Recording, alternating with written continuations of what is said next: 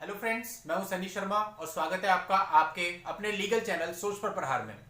दोस्तों, आज के इस वीडियो में मैं आपको 2021 का एक जजमेंट बताने वाला हूं बॉम्बे हाई कोर्ट का।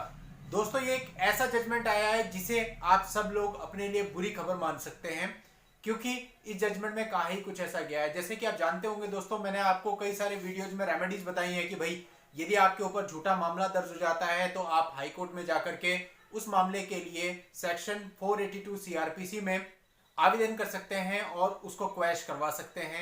इसके अलावा भी कुछ दिन पहले ही मैंने एक जजमेंट भी डाला था। उस जजमेंट में यह था कि पति और उसके घर वालों पर 498A आईपीसी का जो है सेक्शन लगा दिए गए थे और क्वेश्चन के टाइम पे 498A का जो उसको कन्विक्शन हुआ था उस कन्विक्शन को हटा दिया गया कॉम्प्रोमाइज के बेस पे, क्योंकि उसकी वाइफ ने वहां पे कॉम्प्रोमाइज कर लिया था। ऐसे 376 का भी मैंने एक जजमेंट डाला था। 376 आईपीसी यानी रेप के मामले में भी जब मामला हाई कोर्ट पहुंचा सेक्शन 482 सीआरपीसी में, वहां लड़की ने कॉम्प्रोमाइज कर लिया और उस केस में जो लड़के को कन्विक्शन हुआ था उसको हटा दिया गया, यानी कि जो उसको सजा मिली थी उससे उसको मुक्त कर दिया गया, उस पर से धारा हटा दी गई। तो दोस्तों, इससे संबंधित ही अभी रिसेंटली परसों को यानी कि 5 जनवरी 2021 मंगलवार के दिन बॉम्बे हाई कोर्ट की फुल बेंच यानी नागपुर बेंच ने एक बहुत ही महत्वपूर्ण जजमेंट दिया है और इस जजमेंट से आपको सेक्शन 482 सीआरपीसी का लाभ नहीं मिलेगा। अब दोस्तों, क्या है ये जजमेंट, इसके पूरे फैक्ट्स क्या हैं, किस तरह से ये काम करेगा और किन कंडीशंस में ये काम नहीं करेगा, आज की इस वीडियो में मैं आपको पूरी जानकारी देने वाला हूं। पूरी जानकारी के लिए बने रहिएगा इस वीडियो में, स्किप बिल्कुल मत कीजिएगा। और यदि आप चैनल पर पहली बार आए हैं, अभी तक आपने चैनल को सब्सक्राइब नहीं किया है, तो चैनल को सब्सक्राइब करके नोटिफिकेशन बेल पर जरूर क्लिक कर लें, ताकि जब भी मैं ऐसी कोई लीगल पोस्ट, ऐसी कोई लीगल अपडेट आपके लिए लेकर के आऊं, उसकी जानकारी आपको सबसे पहले मिले। तो चलिए दोस्तों, समझते हैं इस पूरे मामले को कि परसों मंगलवार को बॉम्बे हाई कोर्ट की नागपुर बेंच ने क्या कहा। Conviction in a non-compoundable case cannot be set aside by High Court on the ground of compromise, except in rarest of rare case।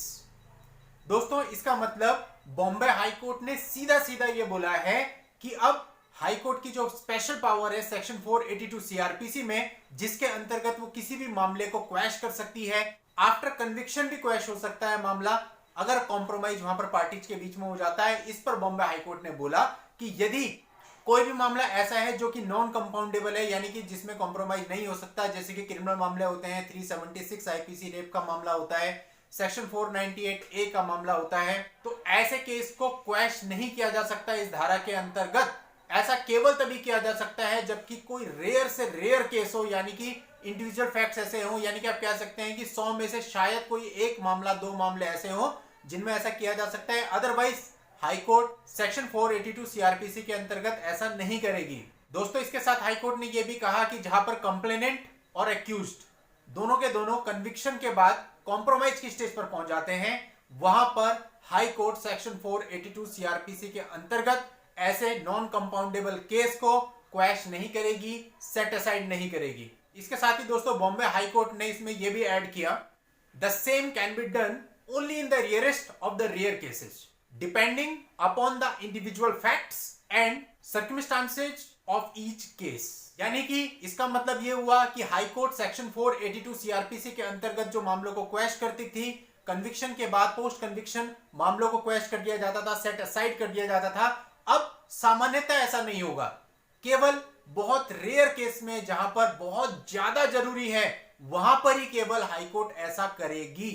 तो दोस्तों, एक तरह से हम देखें तो ये आप सभी के लिए, स्पेशली हस्बैंड के लिए बहुत ही बुरी खबर है, क्योंकि जब भी उसके ऊपर कोई झूठा मामला दर्ज होता है या फिर किसी झूठे मामले में उसको कन्विक्शन हो जाता है, तो उसके बाद उसके पास सहारा होता था कि वो सेक्शन 482 सीआरपीसी में जाकर के उस मामले को सेट असाइड कराने की कोशिश करता था। कई बार ऐसा होता था, सामने वाली पार्टी और उसके बीच में कॉम्प्रोमाइज की स्टेज बन जाती थी, तो दोनों पार्टी ही हाई कोर्ट पहुंच जाती थी और वहां पर इजीली कन्विक्शन के बाद भी मामला सेट असाइड हो जाता था।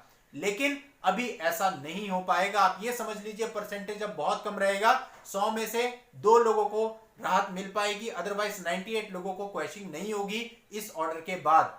दोस्तों, अब इंतजार इस बात का रहेगा कि ऑनरेबल सुप्रीम कोर्ट क्या इसके ऊपर कोई ऑर्डर लेकर के आती है। यदि ऐसा नहीं होता तो अब तक का सबसे लेटेस्ट ऑर्डर यही है और इसी के अनुसार आगे कार्य होगा। दोस्तों, अगर आपको वीडियो में दी गई जानकारी अच्छी लगी हो तो वीडियो को लाइक और शेयर कर दीजिएगा। अपनी किसी भी पर्सनल प्रॉब्लम के लिए आप मुझसे बात करना चाहते हैं, उसके लिए इस वीडियो के नीचे डिस्क्रिप्शन में मेरा व्हाट्सएप नंबर दिया हुआ है, उस पर व्हाट्सएप मैसेज के द्वारा अपॉइंटमेंट बुक करके आप मुझसे बात भी कर सकते हैं। नेक्स्ट वीडियो में ऐसे ही नई लीगल अपडेट के साथ मैं आपसे फिर मिलता हूं। तब तक के लिए goodbye and thank you for watching. Take care.